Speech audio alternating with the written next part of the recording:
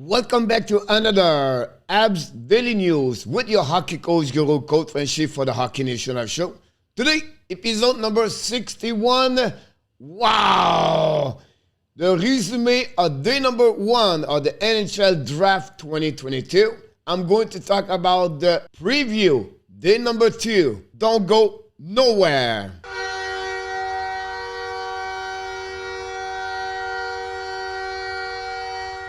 What a day! Wow, the Montreal Canadiens make a lot of splash and the day number 1 in Montreal. I understand it was maybe not what the fans was looking for, but at the end, I like what the Montreal Canadiens did. So let's dive in and see what's happening. For the episode number 61, guys, I'm going to talk about the selection of Slafkovsky. Why? I'm going to resume day number 1. I'm going to talk about FILIP Mesar, pick number 26. Why they trade ROMANOV for Dach? And I'm going to preview day number 2 for the Montreal Canadiens. Slafkovsky, why he become the first pick overall for NHL Draft 2022. First of all, who he is? He's a left winger, 6'4", 220 pounds. Why? His size, physicality of the game. Is skating for a 6'4", a shot, really powerful shot with accuracy. He can score. His puck protection, and finally his offensive skill mindset. So for me, if you put all together, he become a great power forward winger, and they are rare in NHL. The team are looking that kind of players. Now, here's what my thinking about this. As just mentioned, power forward. Guys, Montreal get called a lot for Josh Anderson. That's what Ken Hughes said. They got a lot of phone calls for Josh Anderson. His size, for me, is what I really love it. His physicality of the game. The way he score. He's not afraid to go in front of the net. He's not afraid to push people around him. For me, this selection fixed a problem with the Montreal Canadiens and reached what they're looking for.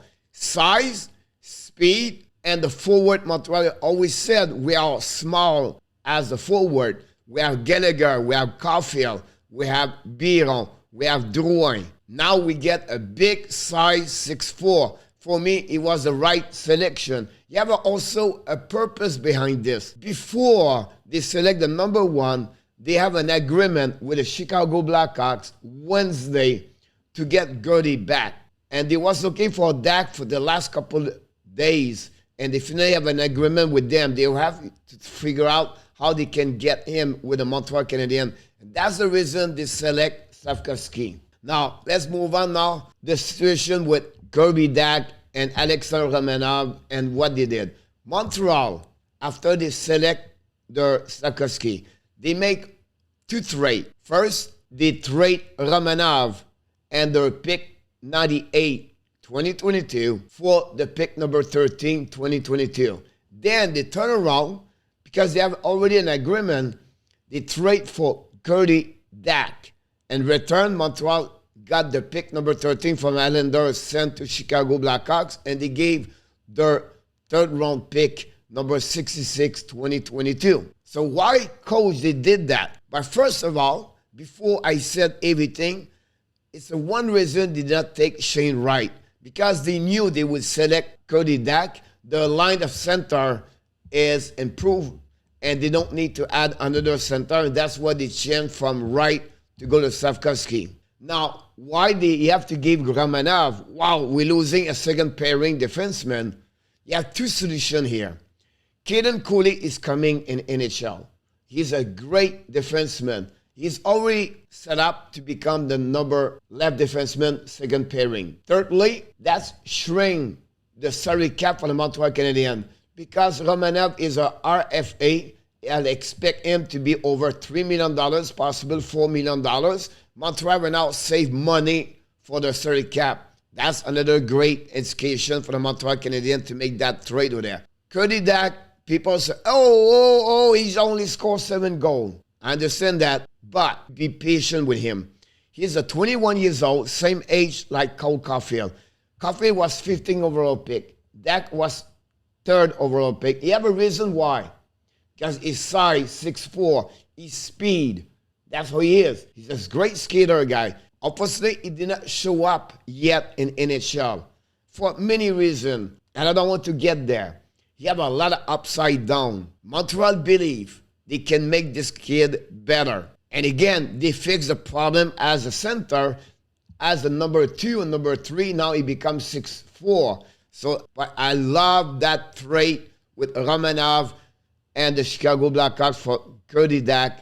For Montreal, I think they are better overall for what they did with the Chicago trade. Let's move on for the next about this. Now, 26, Philippe Mesar. I understand could take Howard. They could go with other players. But for me, I like the Mesar pick. First of all, he's a right winger. I understand he's smaller package. 5'10", 135. But the guy, he have a lot of skill. His speed, his hands, stick angling, is a playmaking. And what you need to improve is maybe his vision, play reading, anticipation, sometimes his defensive zone coverage. Of course, guys, at 26, it's not a top players, but for what they got him, I love it. Another Slovakia. Again, connection with Slafkovsky. For me, my taking about this, Montreal stick with a plan. Speed, creativity, and offensive side. That's kind of what they're looking for. Maybe not they sacrifice the size, for sure, because they like bigger, but they get skill.